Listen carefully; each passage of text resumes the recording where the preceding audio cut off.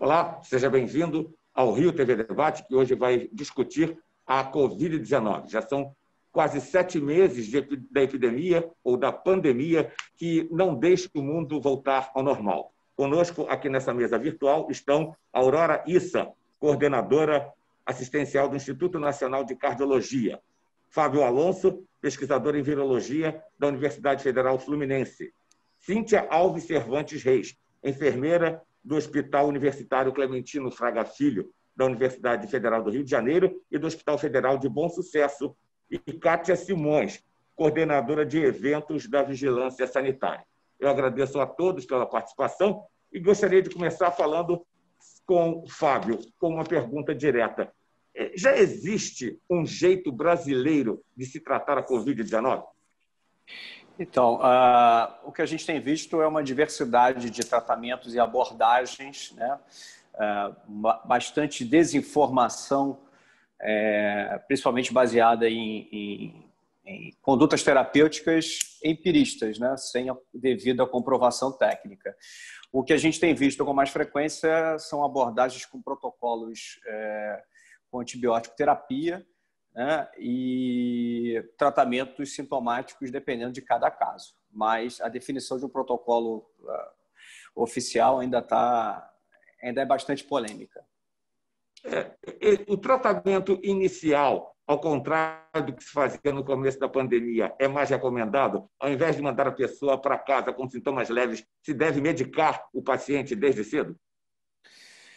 O que a gente tem visto é que algumas condutas terapêuticas, principalmente com o uso de alguns antibióticos desde o início, têm mitigado aí o agravamento das infecções, muitas vezes por evitar o aparecimento de infecções oportunistas, né? Uma vez que o indivíduo já está acometido por uma infecção viral, a sua imunidade acaba sendo comprometida, então o tratamento precoce muitas vezes pode ser recomendado. Entretanto, a gente precisa de estudos mais conclusivos para poder afirmar a efetividade desse tratamento precoce. Gostaria de convidar a Cíntia para a nossa conversa, já que ela está na linha de frente em 2 hospitais. Cíntia, como é o tratamento? O que vocês estão dando para os pacientes nesses 2 hospitais onde você trabalha?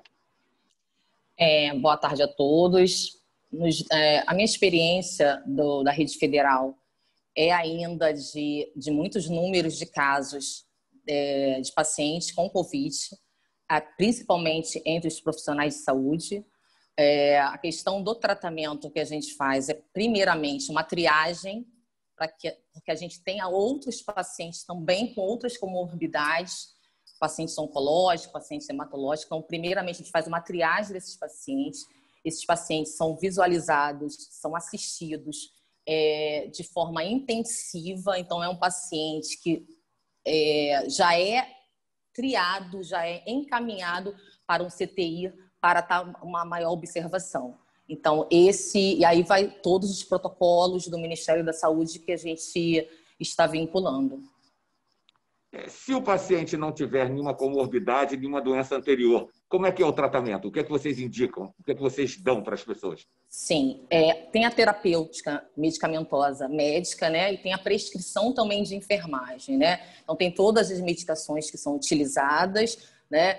E a prescrição da enfermagem é justamente esse cuidado que a gente faz, esse acolhimento, essa assistência de 24 horas. Porque um paciente de Covid hoje, a grande importância é a vigilância. Se a gente não tem uma vigilância constante desse paciente, porque, infelizmente, a nossa realidade, esse paciente, às vezes, a gente não consegue uma vaga numa terapia intensiva. Então, esse paciente, na verdade, às vezes fica numa clínica médica. Então, a gente tem que ter uma vigilância completa para ter uma eficácia assim, do tratamento junto com todas as medicações. Dá para traçar um perfil dessas pessoas que estão internadas nesses 2 hospitais? Eles têm mais pacientes homens ou mulheres? São mais velhos, são mais novos? Não tem criança?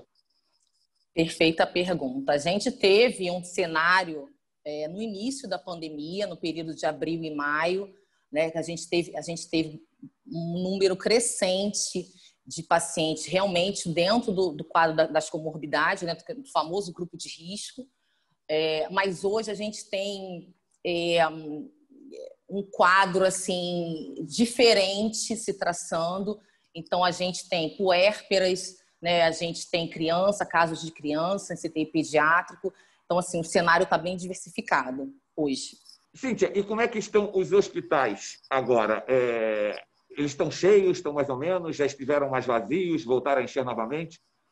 Sim, Renato, a gente teve uma linha crescente muito no início, em abril e maio. A gente estava muito preocupada em relação ao caos que ia se tornar, porque a gente não tinha um quantitativo de profissionais para atender esses pacientes, porque os profissionais também se acometeram do Covid. A gente teve uma baixa, sim, desses pacientes Covid, mas hoje, acredito, pela negligência de muitas pessoas, né, não estar se cuidando, a gente está tendo um aumento crescente, leitos sendo reabertos para estar atendendo esses pacientes, infelizmente. Gostaria de chamar a doutora Aurora para fazer uma pergunta. Com o melhor entendimento da Covid-19, já é possível se evitar mais mortes, doutora Aurora Issa? Boa tarde, agradeço o convite. Sim, Chapô, acho que muito interessante isso que vocês colocaram aí como título até do programa, né? 7 meses de Covid. Acho que claro que 7 meses ainda é muito pouco para a gente ter o entendimento total de uma doença, né? Mas com certeza alguns conceitos a gente consegue ter bem estabelecidos, né? Sem dúvida, as medidas de higiene, de isolamento social são bastante eficazes, né? São medidas que evitam a doença e, consequentemente, morte. Hoje a gente tem uma visão um pouco diferente do que a gente tinha no começo. A gente realmente houve um momento, principalmente na nossa cidade, aqui no Rio de Janeiro, que a gente sabe de todos os problemas que a gente tem no sistema de saúde pública, da superlotação. Então, a gente sabia como ia ser difícil encarar o que a gente já tinha visto em outros países dessa pandemia. Então, houve realmente no início uma recomendação dos pacientes só procurarem o hospital quando se tivesse realmente com falta de ar, né, ou com febre muito alta, né? Realmente o tratamento do Covid hoje a gente tem como qualquer virose, né, tem muito pouca evidência de tratamento que realmente combata diretamente o vírus, mas a gente vê aí que o tratamento de suporte é o que faz a diferença, né? Então, a gente poder identificar o paciente que tem alguns sinais de gravidade, ou clínicos ou laboratoriais, pode realmente fazer a diferença. Então, o ideal é que o paciente, tendo sintoma e na suspeita de Covid, ele seja testado e que tenha uma avaliação médica para ser dado aí o tratamento de suporte. Em termos de medicação, realmente a única evidência clara que a gente tem de benefício é o uso do corticoide nos pacientes com sinais de gravidade, né? Todas as outras medicações aí não têm nenhuma evidência definitiva de que devam ser dadas, mas sem dúvida avaliar, como o Fábio falou, a questão de possibilidade de infecção secundária, tratar precocemente, como a Cíntia falou, fazer uma triagem em termos de gravidade, né? Então, isso é o potencial que a gente tem aí de evitar mortes, como você falou, né? Então, evitar a doença com as medidas de prevenção e a avaliação precoce dos casos para estabelecer qual o melhor tratamento. Inicialmente, a Covid foi classificada como uma doença do pulmão. Depois passou-se a falar que ela poderia ser também vascular e eu já ouvi falar até em imunológica. O que é a Covid-19? Já dá para se definir?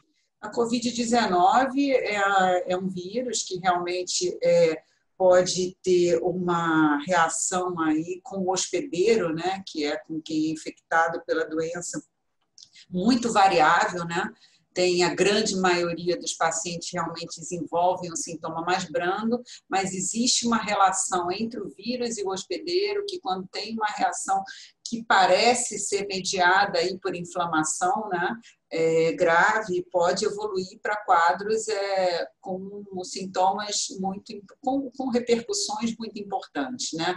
O pulmão é um órgão bastante afetado, mas realmente a gente tem relatos de casos, como você falou, de vários outros órgãos aí acometidos. Acredita-se que realmente uma alteração vascular possa estar relacionada mas tem dados realmente que a gente não tem ainda completamente definidos, né? Gostaria de chamar a Kátia para a nossa conversa, ela que é coordenadora de eventos da Vigilância Sanitária do Rio de Janeiro. Kátia, o que está dando mais trabalho hoje para a Vigilância Sanitária aqui na capital? Bom, boa tarde a todos, obrigado pelo convite, em nome da Vigilância Sanitária Municipal do Rio de Janeiro. Hoje, o que eu falo em todas as minhas palestras, em todas as nossas apresentações, o trabalho de conscientização para uma nova forma de viver, né, e principalmente viver na hora do lazer, é bastante complicado, né? Então, a gente tem um número alto ainda de infrações por ausência de máscara, a questão da aglomeração.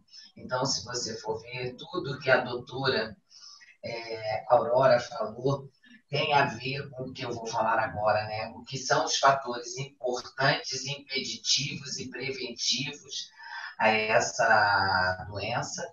E é exatamente onde está o ponto frágil, às vezes, de uma boa conscientização da população. Principalmente quando essa população pensa em lazer. Então, eles aglomeram e eles deixam de usar máscara. Existem 166 vacinas sendo testadas em todo o planeta e se dizia no começo da pandemia que uma vacina segura só poderia ficar pronta em pelo menos dois meses e já se anuncia vacinas para daqui a pouco. A própria Rússia diz que em novembro já vai ter vacinas. Eu gostaria de saber, Fábio, o que mudou de lá para cá? A urgência justifica essa, digamos, pressa ou a tecnologia que evoluiu muito e pegou todo mundo de surpresa? Nós temos um evento aí sem precedentes na história moderna, né? Uma pandemia cometendo dessa maneira a população do mundo inteiro, e isso levou a que os grupos de pesquisa que estão desenvolvendo essas vacinas acelerassem todas as fases de desenvolvimento dessa vacina, né? É uma demanda da sociedade ter essa vacina o mais rápido possível, mas a gente precisa ter um pouco de cuidado porque todas as fases, né? A gente tem hoje um número já razoável de vacinas em fase 3, elas precisam ser respeitadas e não podem ser negligenciadas, porque a gente não pode tratar uma doença causando muitas vezes um mal maior. Então, a gente precisa ter muito critério e cuidado com as fases de aprovação dessas vacinas. Elas precisam ser respeitadas, elas estão sendo aceleradas e a gente acredita que provavelmente no início do ano que vem a gente já tem aí vacinas prontas para serem aplicadas com uma escala maior, né? O que me preocupa muito é a capacidade produtiva da indústria para atender a demanda de uma população inteira. Então, a gente dificilmente vai ter doses de vacina suficientes antes do meio do ano que vem para que a gente atinja aí uma campanha vacinal efetiva, pelo menos para os grupos de risco, em tempo anterior a esse. Quem tomou uma vacina, por exemplo, a russa, pode tomar a chinesa ou isso pode dar algum problema? Em tese, o uso de uma única vacina será capaz de soroconverter aquele indivíduo, fazer com que ele produza os anticorpos e fique imune àquela doença. Então, seria muito mais uma redundância se a efetividade da primeira vacina for atingida. Então, o que a gente pode encontrar muitas vezes, isso acontece com qualquer tipo de vacina, é alguma reação de hipersensibilidade do indivíduo àquela vacina. Então, ele pode ter reações em uma que ele não vai ter em outras. Mas o que se espera é que com uma única vacina de um único tipo, o resultado seja obtido, ou seja, a soroconversão do paciente com a produção de anticorpos que lhe confiram imunidade àquele agente infeccioso. Os estudos precisam evoluir para a gente verificar por quanto tempo essa cobertura vacinal ela vai precisar ser reforçada.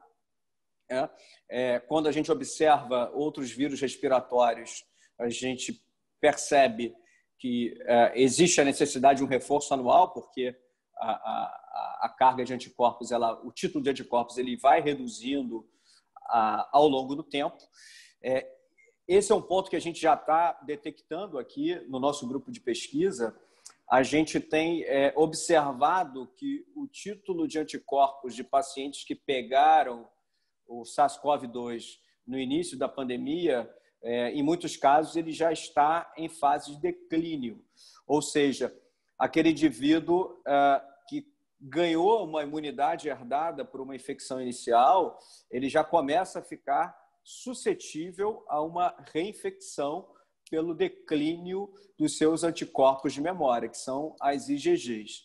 Então, esse vai ser um estudo de suma importância com essas vacinas para a gente saber por quanto tempo a cobertura imunológica dessas vacinas vai conferir ao indivíduo que for administrado por ela. Doutora Aurora, lhe preocupa a rapidez com que as vacinas estão sendo desenvolvidas?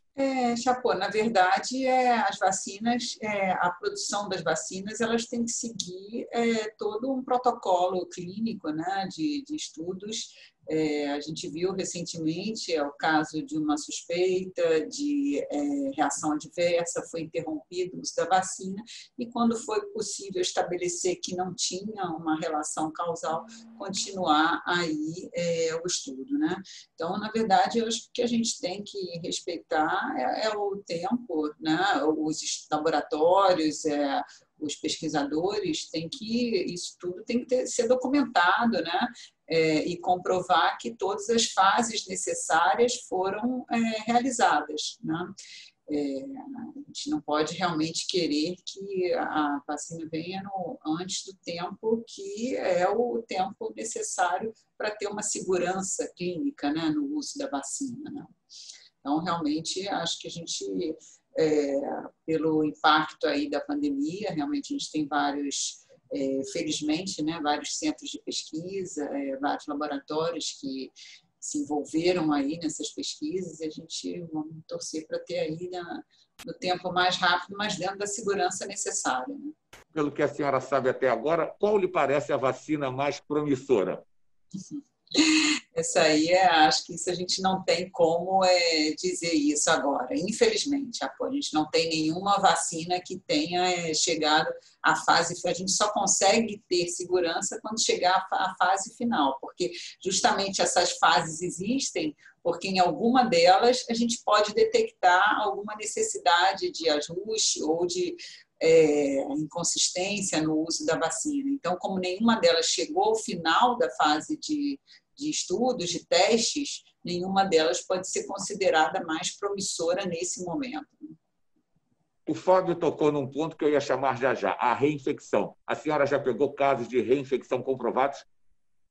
Não, eu particularmente não. Agora, tem tido alguns relatos de, na verdade, a gente não consegue afirmar exatamente se são reinfecções ou se são pacientes que continuam com alguma carga viral que possa não necessariamente ser transmissiva, né? Ou ainda causar a doença, né? Então, a gente realmente não tem dados de testagem em massa seriada para que a gente possa confirmar isso. Então, ter realmente estabelecido que existe a reinfecção, a gente não pode dizer, como também negar completamente a gente não pode, né? Agora, existem sim relatos de casos de pacientes que muitos dias depois até de desaparecimento de sintomas ainda apresentam uma PCR positiva, né, na orofaringe, nasofaringe, e também ainda não tem títulos de anticorpos, podem demorar, varia de uma pessoa para outra. Isso também é um tempo que a gente não tem completamente definido, né? Gostaria de chamar a Cíntia novamente para a nossa conversa para saber se lá nesses 2 hospitais onde ela trabalha, se já houve casos relatados ou suspeitos de reinfecção. Nas minhas 2 experiências dos hospitais, eu ainda não convivi, né, não assisti nenhum tipo de paciente que teve essa reinfecção. Como bem foi falado pela doutora Aurora, essa questão da reinfecção é bem complicada, porque a gente não sabe se é realmente uma reinfecção ou ainda é resquício ainda do Covid-19. Agora, vocês estão tendo ainda dificuldade, como acontecia no começo da pandemia, de adquirir equipamentos de proteção ou já tudo foi normalizado? Então, eu até pontuei aqui que eu ia dar uma parte na fala da Kátia, que ela levantou muito bem, né? O nosso principal inimigo foi a falta de equipamentos de proteção individual, que máscaras, face shield, né, as N95, a gente teve, esse foi o grande inimigo primeiro, antes do Covid, então a gente teve bastante dificuldade, quando tinha esses equipamentos, a gente tentava de maneira racional fracionar o equipamento de proteção, se a gente conseguiu, foi um pouco difícil, porque como a gente vai racionar um equipamento de proteção para o profissional que vai cuidar de um paciente de EPI, que a gente faz toda hora uma troca de entrada e de saída de uma área quente, né, que a gente fala dentro dos hospitais, para a área fria, para onde não tem um paciente do Covid. Então, é bem complicado. Então, esse foi o nosso maior inimigo inicialmente. Qual é a situação hoje dos hospitais federais? Né, pela minha vivência e alguns relatos de amigos em rede municipal, estadual. Ainda tem essa precariedade de EPI, já houve sim uma melhora, eu estou aqui na minha instituição, já houve sim uma melhora, mas está sendo tudo muito gradativo. Mas o nosso maior inimigo antes do Covid foi sim a falta de equipamentos de proteção individual para profissionais de saúde. Como é que você classificaria atualmente a situação? Mais ou menos, boa, ruim? Hoje, eu falo que a gente está num estado de alerta. Eu falo que é um estado de alerta. A gente trabalha hoje, mas sempre com alerta do amanhã. Então, eu posso me falar que a gente está numa área, numa fase mediana, mas com muito alerta, porque, bem como a Kátia, se eu não me recordo, se eu não falho a memória, a Kátia pontuou sobre essa negligência do lazer, das férias, né? As praias hiperlotadas. Eu sei, a gente super entende a situação da economia, mas quando a gente está muito, né, nessa famosa frase, na linha de frente, eu falo por mim, porque eu tive, né, no início de abril, Covid, então me preocupa muito se a gente tiver uma nova curva crescente. Kátia, eu nem vou considerar a praia nessa pergunta que eu vou te fazer, mas qual é o setor que está sendo mais difícil de fiscalizar? Shopping, academia, bar, restaurante? Bares e restaurantes, com certeza. Bares, principalmente, porque entra a negligência dos frequentadores de não respeitarem a retirada do uso da máscara apenas no ato onde vão se alimentar ou aonde vão beber, né, ou comer. Então, isso ainda o grupo jovem é um grupo que se arrisca mais, né? A gente faz ações semanais, denominadas ações de comboio, com outros órgãos, onde a gente vai a polos gastronômicos, né? Em vários pontos da cidade, e é impressionante a falta do uso da máscara e alguns momentos de aglomeração. A gente tem tomado algumas medidas, agora teve uma republicação no dia 11 de setembro do faseamento 6A, então ele foi republicado, esse faseamento 6A, onde fica vedada, proibida a venda de bebida alcoólica a partir das 22 horas em balcão. A gente teve que fazer essa alteração para ver se diminui um pouco a aglomeração dos bares à noite. E vocês já notaram uma diminuição? Ou as pessoas estão indo beber mais cedo? Ainda essa mudança ainda está incipiente, né? Ela começou agora, né? Dia 11. Mas o lazer ainda é um grande desafio para a gente. Eu tenho visto muita gente... Desculpe, pode concluir. Não, é exatamente isso. Você consegue fazer inspeções em academias, as pessoas estão cumprindo o agendamento, estão cumprindo as regras de ouro, estão cumprindo os protocolos de prevenção. Em shoppings, você também existe um controle, às vezes, o nível sociocultural dos frequentadores, você tem um controle melhor, em outros nem tanto, mas é mais controlável. Agora, quando a gente sai dessa área e vai para o lazer, aí é onde fica o nosso grande desafio. Fábio, um estudo internacional fala que o coronavírus pode chegar até 4 metros de distância a partir do momento que foi liberado por uma pessoa infectada. Você acha que existe carga viral realmente suficiente para infectar uma pessoa a 4 metros? Sim, como você bem pontuou, a carga viral é que vai determinar a capacidade de infecção, de transmissão desse indivíduo.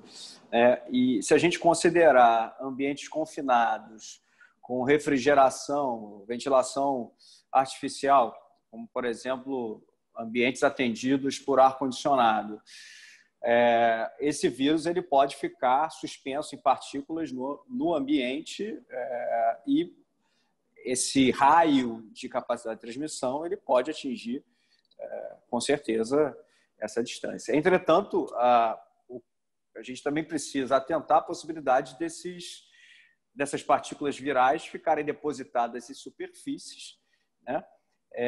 E a transmissão ocorrer a partir daí, né? Uma superfície contaminada, ela vai ser acessada e, enfim, o vírus vai ser carreado entre esses indivíduos nesses ambientes. Mas o que a gente tem visto é que a carga viral ela é fundamental para determinar a capacidade de infecção de cada indivíduo. O que a gente tem observado também aqui na nossa rotina, no nosso laboratório, é uma tendência de redução de carga viral dos pacientes infectados, né? Isso traz para a gente, né, a seguinte discussão. A possibilidade do vírus estar se adaptando para ficar menos agressivo, né? E, consequentemente, ter uma relação mais simbiótica com o hospedeiro, né? Porque a intenção do vírus é sobreviver, né? E ele não pode eliminar o hospedeiro dele, porque senão ele também é eliminado ao mesmo tempo. Então, ele se adapta e a gente tem observado isso, que a carga viral ela está numa tendência de queda. Isso acaba sendo uma boa notícia, porque a gente também já detectou uma forte relação entre a gravidade dos casos e a carga viral. Então, uma carga viral mais baixa, em geral, está levando a casos com sintomas bem brandos ou até assintomáticos, né? E fazendo um contraponto, um gancho com o que a doutora Aurora comentou sobre os casos de reinfecção, a gente publicou agora, no mês passado, um caso de recorrência de um paciente atendido pelo nosso laboratório, em que ele teve a primeira infecção em abril, PCR positivo, sintomas muito leves, carga viral bem baixa, e o exame sorológico dele mostrou que ele não foi capaz de produzir anticorpos. Ou seja, ele ficou suscetível aí a uma nova infecção. 40 dias após a primeira infecção, ele teve PCR positivo novamente e com quadro agravado, com sintomas clássicos e comprometimento de 50% da capacidade pulmonar, com as lesões típicas da Covid-19, que são as opacidades com características de vidro fosco, né? E o que a gente detectou é que somente após o agravamento do quadro, uma carga viral muito mais alta, que ele foi capaz de soro converter e de produzir anticorpos. Então, fazendo um gancho também com o que a doutora Kátia colocou, eu tenho percebido, né, na sociedade, pessoas próximas, o conceito de que eu já peguei a Covid-19, então eu estou imune. E a gente não tem garantia nenhuma de que uma primeira infecção foi suficiente para que a pessoa produza anticorpos e esteja imune, mesmo que por um período. Então, é temerário, né, que a sociedade assuma isso como uma verdade absoluta e acabe se expondo a riscos e a uma nova infecção pelo coronavírus, né? Além desse caso que o nosso grupo reportou no Journal of Medical Virology, nós já temos mais 3 casos em investigação aqui de pacientes que tiveram PCR positivo, depois de um período negativaram PCR com sorologia negativa e voltaram a apresentar PCR positivo, né? A gente está aprofundando esses estudos para poder concluir se é uma reativação da primeira infecção ou se efetivamente é uma reinfecção pelo coronavírus. Pegando o gancho nisso que você falou, eu gostaria de citar aqui uma pesquisa da Universidade da Califórnia. Os pesquisadores disseram que o uso de máscaras pode fazer o organismo produzir anticorpos contra o coronavírus. O estudo foi publicado no The New England Journal, que é uma revista científica conhecida no mundo inteiro. Eles dizem que as máscaras reduzem a exposição das pessoas ao vírus e, consequentemente, a carga viral responsável pela gravidade da doença. O que você acha disso? Eu acho um título um pouco superficial para uma pesquisa, né? O que vai fazer a pessoa produzir anticorpos é a exposição ao agente etiológico da doença ou ao vírus atenuado, como numa vacina, né? Associar o uso da máscara a desenvolvimento de anticorpos, na minha visão, não faz o menor sentido, né? O que me parece que está sendo colocado, eu não tive acesso ao estudo para poder tecer comentários mais aprofundados, é que existe uma correlação entre a presença do vírus na máscara e o desenvolvimento de anticorpos. Mas se essa pesquisa trata desse assunto dessa maneira, a gente volta para o primeiro ponto que eu coloquei. O que vai fazer o indivíduo produzir anticorpos é exposição àquele agente etiológico da doença ou algum fragmento daquele agente etiológico, né? Então, a máscara aí, não me parece ser de bom senso associar o uso de máscara à produção de anticorpos, né? E até temerário. Na verdade, a máscara é um equipamento de proteção individual que vai proteger o indivíduo e vai proteger terceiros contra a infecção. Ou seja, a intenção de uma máscara não é produzir anticorpos, muito pelo contrário, é com que você não tenha contato com o vírus ou, se você estiver contaminado com o vírus, que você não o transmita. Caso você tenha interesse, a pesquisa foi publicada no The New England Journal, caso você queira consultar e se aprofundar nos estudos. Eu gostaria de falar agora sobre as sequelas da doença. Já foram relatados inicialmente, doutora Aurora, casos de sequelas no coração, mas médicos americanos, exumando corpos de pessoas que faleceram da Covid-19, encontraram também infecções no coração. A senhora tem conhecimento aprofundado disso? Sim, na verdade, tem casos, existem algumas alterações cardiovasculares que são relatadas em pacientes acometidos com Covid, né? De variedades aí bastante diferentes, tanto síndrome coronariana aguda e aí pacientes que são submetidos a cateterismo e não se vê lesão compatível com infarto clássico, que pode ser um acometimento do Covid nas artérias do coração, né? Acometimento é inflamação no músculo cardíaco, a chamada miocardite, e os casos de miocardite, eles são de uma variedade ampla em termos de repercussão clínica, né? Pode tanto ser um caso assintomático até evoluir com uma disfunção ventricular, quer dizer, o paciente evoluir com um quadro de insuficiência cardíaca, né? Casos de arritmia cardíaca também, o chamado derrame pericárdico, que é líquido em volta na membrana que envolve o coração, né? E com certeza o acometimento cardiovascular aumenta aí a gravidade da doença, em pacientes que são, como você falou, né, que evoluem a óbito e vão à necrópsia, podem ter uma incidência aumentada em relação aos pacientes ou assintomáticos ou que evoluem com a forma branda da doença, né? Existem casos relatados de pacientes que, quando evoluem com a disfunção ventricular, não recuperam completamente, mas ainda é cedo para a gente dizer evolutivamente, visto que os casos de miocardite podem demorar alguns meses para recuperar a função ventricular, né? Mas, como a maioria dos casos de miocardite, é esperado que sim, pacientes possam ter sequela cardiológica quando acometidos pela doença. Mesma coisa, questão do infarto, né, de ter morte celular associada ao quadro, e com isso ficar alguma sequela após o evento. Na Alemanha, 49 pessoas foram estudadas depois da Covid-19. E cerca de 2 meses depois, algumas pessoas ditas completamente curadas apresentaram, 80%, aliás, dessas pessoas apresentaram problemas no coração. A senhora já teve relatos de problemas desse tipo aqui no Brasil? Sim, aqui no Brasil a gente tem, aqui no Instituto também Nacional de Cardiologia, a gente teve muitos pacientes, ainda tem, né?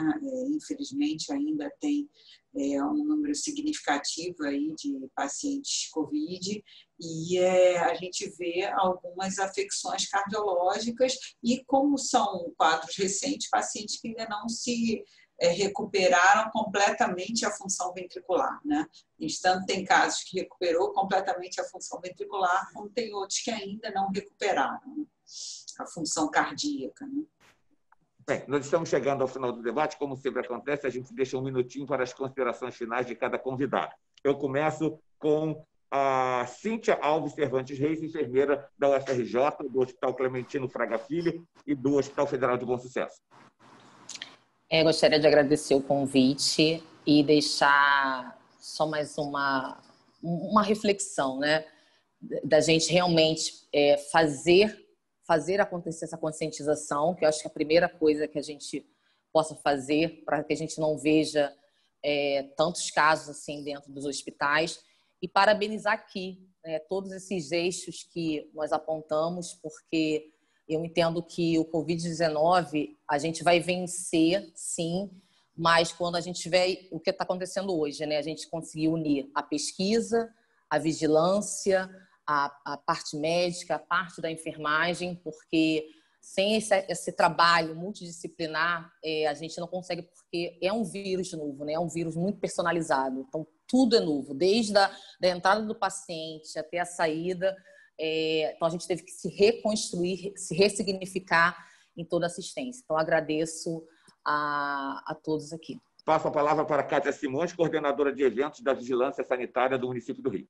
Bom, mais uma vez, obrigado pela participação. Foi uma tarde construtiva, né? Mais uma vez eu venho num encontro onde eu aprendo coisas novas. Muito obrigado, doutor Fábio, pelo seu conhecimento, doutora Aurora, Cíntia. A vigilância sanitária, ela vem desenvolvendo os protocolos para que as atividades econômicas retornem, né, a esse novo normal. Nosso papel educativo, de educadores, né, o nosso carro-chefe é o que a gente considera muito importante. Inspecionar depois, fiscalizar depois, autuar, pontuar. Isso são etapas que a gente deixa sempre à frente. O nosso primeiro trabalho é entender o que está acontecendo, desenvolver protocolos de segurança e capacitar pessoas para cumprir esses protocolos, para aplicar esses protocolos, para entender essa nova forma que a gente vai ter que conviver após essa pandemia. Muito obrigada a todos. Por favor, Fábio Alonso, pesquisador em virologia da Universidade Federal Fluminense, a UF. Chapô, obrigado pela oportunidade, aos colegas que participaram